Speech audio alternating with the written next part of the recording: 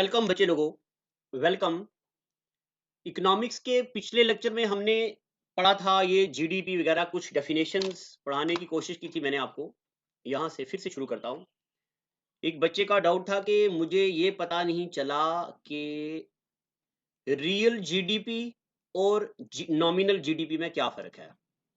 Real GDP में और nominal GDP में क्या फर्क है, तो मैं आपको बताता हूँ। देखो, सबसे पहले तो आपको ये पता होना चाहिए कि बेस ईयर क्या होता है। ये हो गया बेस ईयर, ठीक है। बेस ईयर का मैं आपको सिंपल फंडा ये बताता हूं कि 2011 2012 2011-12 में अगर कोई चीज मिलती थी 5 रुपए की और 2020 में वही चीज मिल रही है अगर 10 रुपए की, तो हम ये कहेंगे ना भाई महंगाई हो गई है। क्या हो गई है? महंगाई। अगर हम 2011-12 से कंपेयर ना करें या किसी साल से भी कंपेयर ना करें तो हम थोड़ी ना बोल सकते महंगाई हो गई है। क्यों? महंगाई तभी हम बोलेंगे ना भाई पिछले साल के मुकाबले में या इसके इस साल के मुकाबले में महंगाई हो गई है। तो जिस साल से कंपेयर करते हैं उसको बेस ईयर बोलते हैं। और गवर्नमेंट ऑफ इंडिया ने अभी बेस ईयर 2011-12 माना हुआ है। 2011-12 के मुकाबले में आज की डेट में क्या चीजें महंगी हैं, क्या सस्ती हैं, तो इसको बोलते हैं बेस ईयर। अगर आज का जीडीपी 2020 में इंडिया में कितनी चीजें बनी, अगर इसको कंपेयर किया जाए 2011-12 में कितनी चीजें बनी थी, तो ऐसी जीडीपी को हम बोलते हैं रियल जीडीपी। क्या बोलते हैं? Real GDP. यानी कि real GDP is that GDP which can be compared with base year, which is compared with base year and current base year is 2011-12। ठीक है यहां तक। और रियल जीडीपी 2017-18 का कितना है? 7.1, 7.1। अब ये 7.1 का क्या मतलब हो गया? देखो, मान लो 2011-12 में चीजें बनी थी, जितनी भी चीजें बनी थी वो बनी थी 100 रुपया, उन चीजों की कीमत थी। और आज की डेट में वो जो चीजें हैं वो बन गई हैं 107 रुपए की। 2011-12 में जितनी भी प्राइमरी, सेकेंडरी, टर्शरी सेक्टर में जितनी चीजें बनी, उन चीजों की मार्केट वैल्यू थी 100 रुपया। और 2020 में जितनी चीजें बनी प्राइमरी, सेकेंडरी, टर्शरी सेक्टर में, उनकी कीमत है 107 रुपया। तो कितने परसेंट बढ़ा? 7% बढ़ गया। तो ये वही 7% बढ़ गया ना। इस 7% को बोलते, देखो हम 7% बढ़ गया ना, इसको बोलते हैं जीडीपी ग्रोथ रेट। ग्रोथ हुआ है जीडीपी में। क्या हुआ है? ग्रोथ। अब जब हम कंपेयर करेंगे बेस ईयर के साथ तो इसको बोलेंगे जीडीपी ग्रोथ रेट। बट यहां देखो, करंट प्राइस या नॉमिनल जीडीपी का मतलब होता है हमने कंपेयर नहीं किया किसी के साथ, हमने सीधा देख लिया भाई 2020 में 100 जितनी भी चीजें प्राइमरी, सेकेंडरी, टर्शरी सेक्टर में चीजें बनी, उनकी मार्केट वैल्यू है 107 रुपए।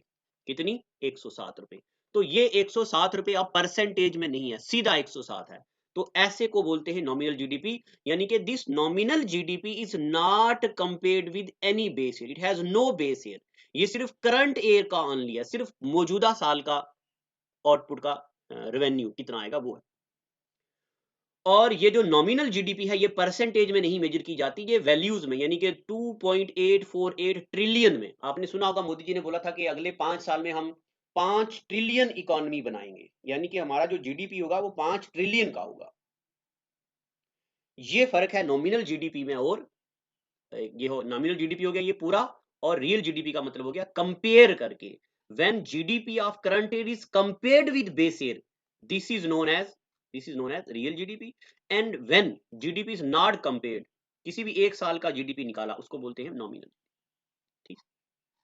और ये कल पढ़ा दिया था, अब मैंने एनडीपी पढ़ा दिया था। एनडीपी का मैंने आपको पढ़ाया था क्या मतलब होता है? Sum total of market value of all the final goods and services with in the domestic territory of a country.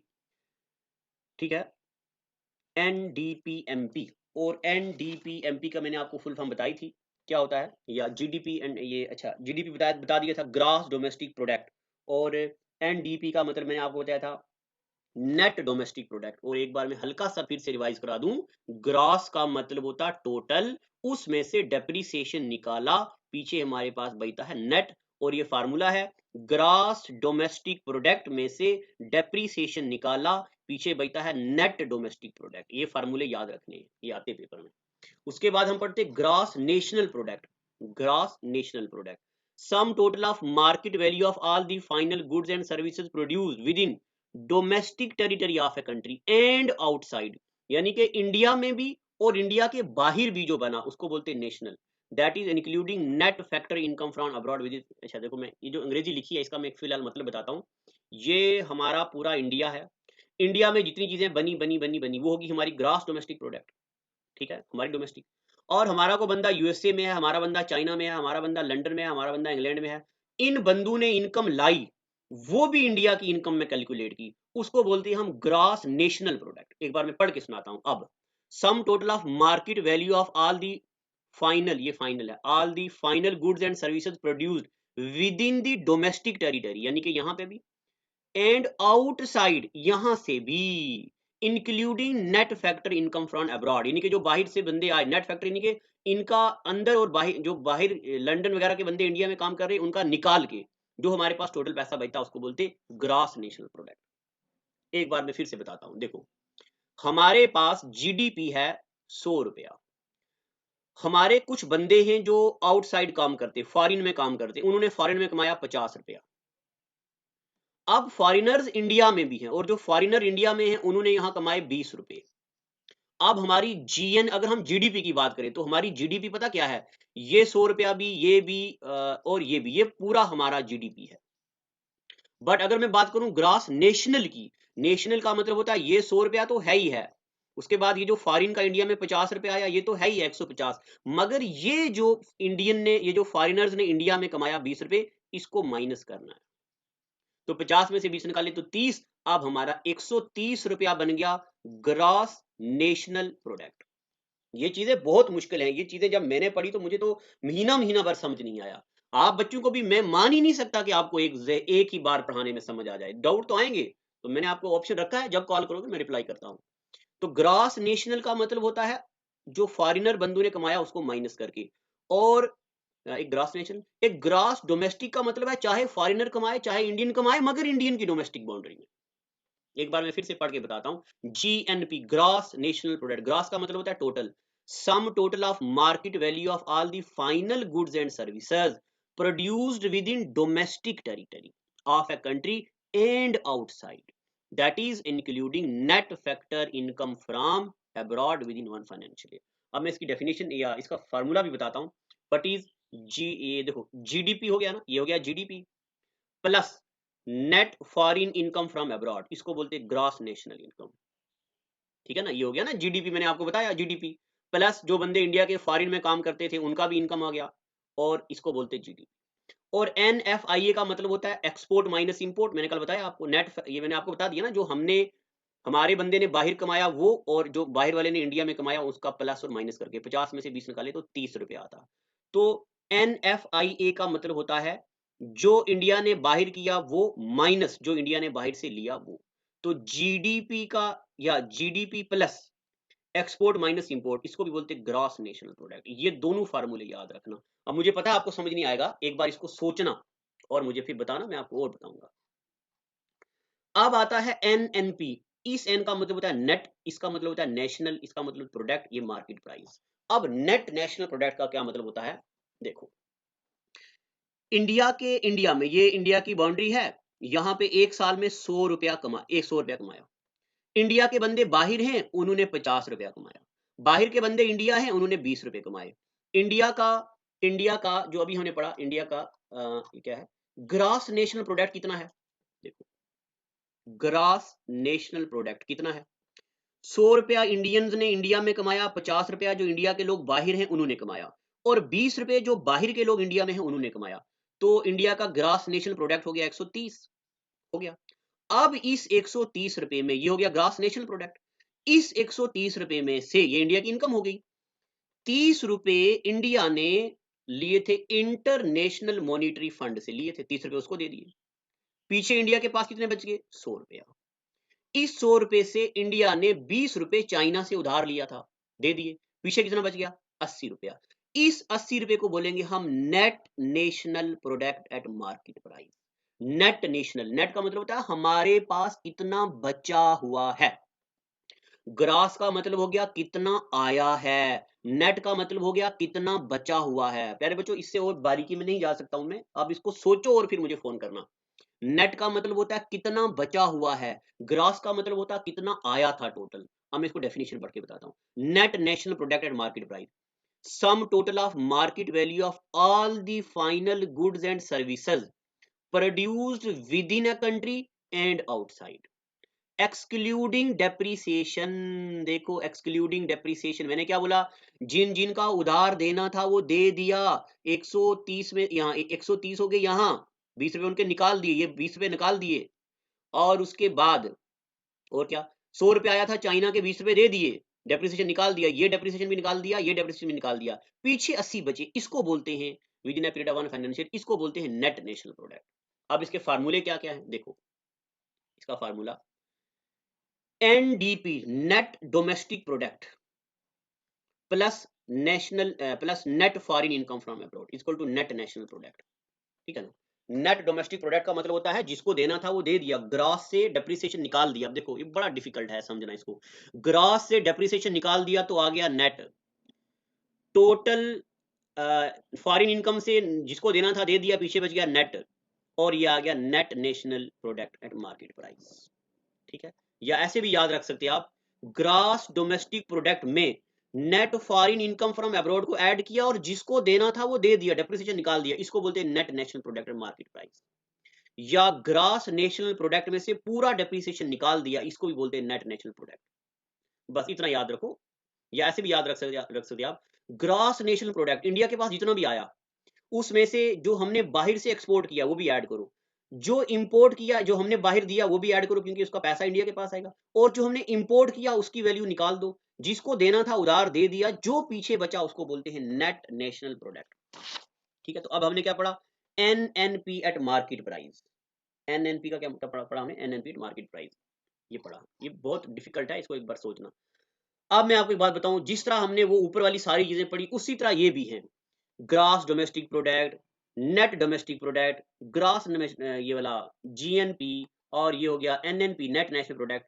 मगर वो था मार्केट वैल्यू, ये है फैक्टर प्राइस। फैक्टर कॉस्ट का मतलब होता है बनाने में कितना खर्चा आया, तो ये इनको अलग से पढ़ने की जरूरत नहीं है, बिल्कुल इनको अलग से मत पढ़ो आप। अब आप क्या कर दो, सिर्फ सिर्फ सिर्फ एक बात याद रख लो जो पेपर में आती है, net national product at factor cost, this is known as national income. आज आप इस मुकाम पे पहुंच चुके हो कि टेक्निकल लैंग्वेज को समझो, और मैं आपको बताऊं पूरी इकोनॉमिक्स एक तरफ और ये नेशनल इनकम एक तरफ, इतना डिफिकल्ट टॉपिक है ये, तो इसको 2-4 बार पढ़ना और वीडियोस को अलग अलग तरीके से सुनना। Net national product at factor cost is known as, globally is known as national income. क्या बोलते हैं इसको, अब ये पढ़ने की जरूरत नहीं, इसको रहने दो, इसको बोलते हैं नेशनल इनकम। अगर पेपर में आएगा व्हाट इज नेशनल इनकम तो आप याद रखेंगे क्या, नेट नेशनल इनकम या net national product at factor cost is known as national income. But क्या, यहां पे लिख दो एक नोट, यहां नोट, और नोट में लिख दो सिंस 2015 में इंडिया के बाद, इंडिया 2015 के बाद इंडिया में national income is calculated, national income is calculated at net national product at market price. India में नेशनल इनकम को मार्केट प्राइस में मेजर किया जाता है और बाकी दुनिया की सारी कंट्रीज में मेजर किया जाता है फैक्टर कॉस्ट, ये फर्क है सिर्फ। ठीक है, अब जरा सुनो एग्जामिनेशन पॉइंट ऑफ व्यू से question, which of the following is true in case of national income, national income is known as net national product at factor cost, तो बिल्कुल ट्रू है। but in India which of the following is national income, net national product at market price is known as national income। यानी कि India में एक साल में कितनी चीजें बची हैं, जिसको देना था दे दिया, जिसका उधार था दे दिया, फॉरेनर बंदे इंडिया में काम कर रहे थे उनका पैसा निकाल दिया, इंडिया के बंदे बाहर काम कर रहे थे उनका पैसा इंडिया में इनकम में जोड़ दिया, इसको बोलते हैं net national product at market price. Market में उसकी कितनी कीमत है, इस चीज को इंडिया में बोला जाता है नेशनल इनकम। और ये पेपर में ऐसा आता है, NNP at MP net national product at market price is also known as, क्या बोलते हैं इसको, नेशनल इनकम। ठीक है। अब मैंने यहाँ पे ये 2-4 चीजें लिखी हैं, ये आपको याद रखनी है। क्या? एक बार फिर से, ग्रॉस में से डेप्रीसिएशन को निकालेंगे तो नेट आता है, और डोमेस्टिक जो हमारे इंडिया में बना उसमें net foreign income from abroad को ऐड करेंगे तो नेशनल बनेगा, और मार्केट प्राइस में से नेट इनडायरेक्ट टैक्स को निकालेंगे तो फैक्टर कास्ट बनेगा। ठीक है ना? मार्केट प्राइस यानी कि देखो, एक चीज मार्केट में 10 रुपए की है या 100 रुपए की है, उसके बनाने में या जितना खर्च आया, नेट इनकम टैक्स 20 रुपए हमने टैक्स दे दिए, पीछे बच गया 80 रुपया। ये 80 रुपया होता है फैक्टर कास्ट, और ये 100 रुपया होता है उसकी मार्केट वैल्यू। ये 3 चीजें याद रखनी है, और ज्यादा परेशान नहीं होना इन चीजों में। आपको सिर्फ क्या करना है, इन चीजों को सोचना है। जीडीपी क्या होता है, एनडीपी क्या होता है। अब थोड़ी थोड़ी चीजें कुछ और बच गई हैं, देखते चले जाओ। पर कैपिटा इनकम क्या होता है? पर कैपिटा इनकम का मतलब होता है टोटल नेशनल इनकम। इंडिया में टोटल इनकम कितनी I divided by total population. यानी कि इंडिया में 1,000 रुपया एक साल में आया, इंडिया में बंदे हैं 100, 1,000 रुपया 100 बंदों में डिवाइड कर दिए तो पीछे बच गए 10 रुपए। इस 10 रुपए को बोलेंगे per capita income. What is per capita income? It is ratio of total national income and total population. एक चीज ये याद रखनी है। दूसरी चीज आपको याद रखनी है, पर्सनल डिस्पोजेबल इनकम क्या होती है। ये डेफिनेशन है छोटी मोटी। पर्सनल डिस्पोजेबल इनकम का मतलब होता है आपके पापा का 100 रुपया इनकम आई, सैलरी आई 100 रुपया। इस 100 रुपए में से आपके पापा ने आपकी फी दी 20 रुपए, आपकी कोई फी दे दी 20 रुपए, गवर्नमेंट को टैक्स दे दिया 20 रुपए, घर का सारा खर्चा फाइन वगैरह जितना भी है 20 रुपए, 20 और 20 40 और 20 60, 60 रुपया चला गया बाहर। पीछे कितना बच गया 100 रुपए में से? 100 रुपए में से 60 चला गया, पीछे कितना बच गया? सारे खर्चे निकाल के पीछे कितना बच गया? 40। अब ये 40 रुपए आपके पापा अयाशू में उड़ाएं। अगर पापा सुन रहे हैं आपके तो जरा वीडियो को बंद कर दो आवाज बंद कर दो, मत मरवाओ मुझे। अयाशू में उड़ाएं, जो मर्जी करें, किसी को ड्रेस दें, किसी को मिठाई खिलाएं, समझिए ना? चलो जो जो जो खर्चा करना है करो। इसको बोलते पर्सनल डिस्पोजेबल इनकम। इस पर्सनल डिस्पोजेबल इनकम को अयाशी मजे के लिए यूज किया जाता है। अब जरा सुनो, और इससे पता क्या होता है, इससे इंसानों की स्टैंडर्ड ऑफ लिविंग मेजर किया जाता है। अब एक बंदे का 100 रुपया खर्चा, 100 रुपया इनकम है, और उस 100 रुपया इनकम है, 100 रुपए में 80 रुपए में तो उसकी बीवी नहीं रचती है, ये लेके दो, फलाना लेके दो, ढिमका लेके दो। अब पीछे बचे 20 रुपए। अब इस 20 रुपए में फी दे, टैक्स दे, बेचारा खुद के लिए लाए कुछ, क्या करे? तो उस बच्चे का स्टैंडर्ड, उस बंदे का स्टैंडर्ड ऑफ लिविंग कहां गया? वो तो है ही नहीं, गरीब बंदा है। तो पर्सनल डिस्पोजेबल इनकम इंडिकेट करता है standard of living. What is personal disposable income? Standard of living which depends on personal income, direct tax, miscellaneous fee and fine and extra. यानी कि आप सीधा नटशल याद रखो, वो पैसा जो इनकम के बाद फी, टैक्स, फाइन, ये वो देश है कि हमारे पास बच जाता है, उसको बोलते हैं पर्सनल डिस्पोजेबल इनकम। एक बात ये, अब मैं आपको ले चलता हूं पूरे इस नेशनल इनकम के निचोड़ पे, और इस चीज को मैं 5 बार स्टार करना चाहता हूं। ये जो यहां पे लिखा हुआ है, क्या है ये? यहां पे स्टार कर दूं इसको, 1 star, 2 star, 3 star, 4 star, 5 star.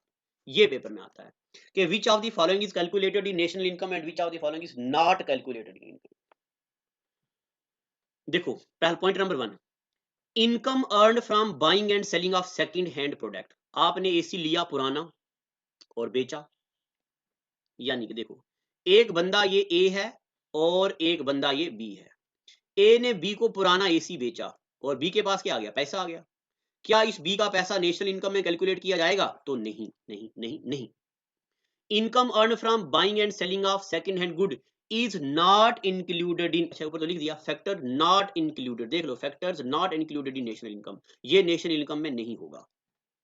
पुराना घर किसी ने बेचा, तो जिसने खरीदा या जिसने बेचा, जिसके पास पैसे आए, क्या उसके पैसे नेशनल इनकम में कैलकुलेट किए जाएंगे? तो नहीं। ठीक है। अब income earn from illegal activities, 2 number का धंधा करके किसी ने पैसा कमाया, यानी कि 2 नंबर का पैसा इन द सेंस क्या? हवाला मनी आपने सुना होगा। कोई बंदा यूएसए में 1 करोड़ रुपया कमाया है किसी ने, सऊदी अरब में, तो वो इंडिया में जैसे लाएंगे पैसे, वो टैक्स में ले लेंगे उससे। अब कोई ऐसे तरीके से पैसा आ जाए कि उस पर टैक्स ना पड़े, उस पैसे को बोलते इलीगल मनी। या कोई नशे वाली चीजें बेच के जो पैसा चोरी छुपे आया, उसको भी बोलते हैं इलीगल एक्टिविटीज का पैसा। गैम्बलिंग का पैसा, जुआ खेला जाता है उसका पैसा, ये पैसा भी जो होता है ये भी नेशनल इनकम का पार्ट नहीं होता, ठीक है, ये भी नेशनल इनकम का पार्ट नहीं होता। और उसके बाद शेयर मार्केट में जो पैसा लगता है वो भी नेशनल इनकम का हिस्सा नहीं होता, क्योंकि वो जो शेयर मार्केट में जो पैसा लगता है वो तो पहले से किसी ने कमाया होता है, तो एक बार नेशनल इनकम में कैलकुलेट हो जाता है। शेयर मार्केट में अर्न किया हुआ पैसा is not included in national income. Value of intermediate goods, पुरानी चीजों का, पुरानी नहीं, मतलब जो आधी बनी हुई चीजें हैं उनका पैसा भी जो होता है वो भी नेशनल इनकम में नहीं कैलकुलेट किया जाता। ब्लैक मनी, काला धन, वो भी नेशनल इनकम में कैलकुलेट नहीं किया जाता। ट्रांसफर पेमेंट, मैंने आपको बताया था, किसी बच्चे को स्कॉलरशिप मिली, ओल्ड एज पेंशन मिली, ये सारी चीजें, ये भी नेशनल इनकम का हिस्सा नहीं होता। Income earned bye foreign company situated in India, India में कोई बैंक है आईसीआईसीआई बैंक, उस बैंक ने कितना पैसा कमाया वो इंडिया की नेशनल इनकम में नहीं कैलकुलेट किया जाएगा। वो पैसा जिस कंट्री का बैंक है या जिस कंट्री की कंपनी है उस कंट्री को मिलेगा। जैसे एक एग्जांपल लेते हैं, नोकिया या और क्या है ये, सैमसंग, सैमसंग या फिलीपींस की कंपनी है सैमसंग, इसने इंडिया में 100 रुपया कमाया, क्या वो 100 रुपया इंडिया का नेशनल इनकम होगा? नहीं, ये आएगा फिलीपींस की कंट्री। बट इंडिया की कोई कंपनी फॉरेन में है, उसका जो पैसा आएगा वो इंडिया के नेशनल इनकम में होगा। बट फॉरेन कंपनी इंडिया में है, उसने पैसा कमाया, वो इंडिया के जीडीपी में आएगा, ग्रॉस डोमेस्टिक प्रोडक्ट, क्योंकि हमारी डोमेस्टिक टेरिटरी में पैसा बना है तो हमारे जीडीपी में कैलकुलेट होगा, बट हमारी नेशनल इनकम में कैलकुलेट नहीं होगा। अब इसमें एक एक्सेप्शन भी है, foreign embassies situated in India are not included in Indian territory. India में यूएसए की, पाकिस्तान की जो फॉरेन एम्बेसी है वो इंडिया की टेरिटरी में इंक्लूड नहीं की जाती, ये मैंने आपको बताया हुआ है पहले। और Indian embassy in any foreign country, अच्छा, इंडिया की जो एम्बेसी है चाइना में या इंडिया की एम्बेसी है यूएसए में, वहां एम्बेसी में जो इनकम होगी वो इंडिया की नेशनल इनकम में कैलकुलेट की जाएगी। ठीक है, इन चीजों में ज्यादा फोकस नहीं कर रहा हूं क्योंकि एक ही बार पढ़ने से आपको क्लियर हो जाती है। अब कुछ और चीजें मैं यहाँ पे लिख रहा हूँ। रिटायर हुए आपके पापा, रिटायरमेंट पेंशन, क्या रिटायरमेंट पेंशन नेशनल इनकम में कैलकुलेट की जाएगी? हाँ, क्योंकि सर्विस दी है आपके पापा ने। आपकी मम्मा काम करते हैं, हाउस वाइफ है, क्या उनकी इनकम नेशनल इनकम में कैलकुलेट की जाएगी? नहीं। ठीक है, ओल्ड एज पेंशन लिख दिया मैंने। और इन और क्या था, हाँ, कोई वॉचमैन है, वॉचमैन ने इनकम की, उसने तनख्वाह ली 2000 3000, क्या उसका इनकम नेशनल इनकम में कैलकुलेट किया जाएगा? हाँ, किया जाएगा। हाउस वाइफ का इनकम नहीं होता है, बाकी मैंने आपको बता दिया। इसके साथ हमारा नेशनल इनकम जो है ये होता है खत्म। अब हम कुछ आगे पढ़ेंगे। अब इस लेक्चर को आपको मैं काम देता हूं, एक 4 या 5 जितने भी लेक्चर हैं, इन सारे लेक्चर्स को आप एक ही गो में सुनो और इसको समझो और इसको सोचो, फिर हम इस पे डाउट सेक्शन रखेंगे। आज के लिए इतना करें ही। और नई वीडियो की नोटिफिकेशन के लिए बेल आइकॉन को दबाएं। अगर आप ये वीडियो फेसबुक पर देख रहे हैं तो लाइक जरूर करें और ज्यादा से ज्यादा शेयर करें।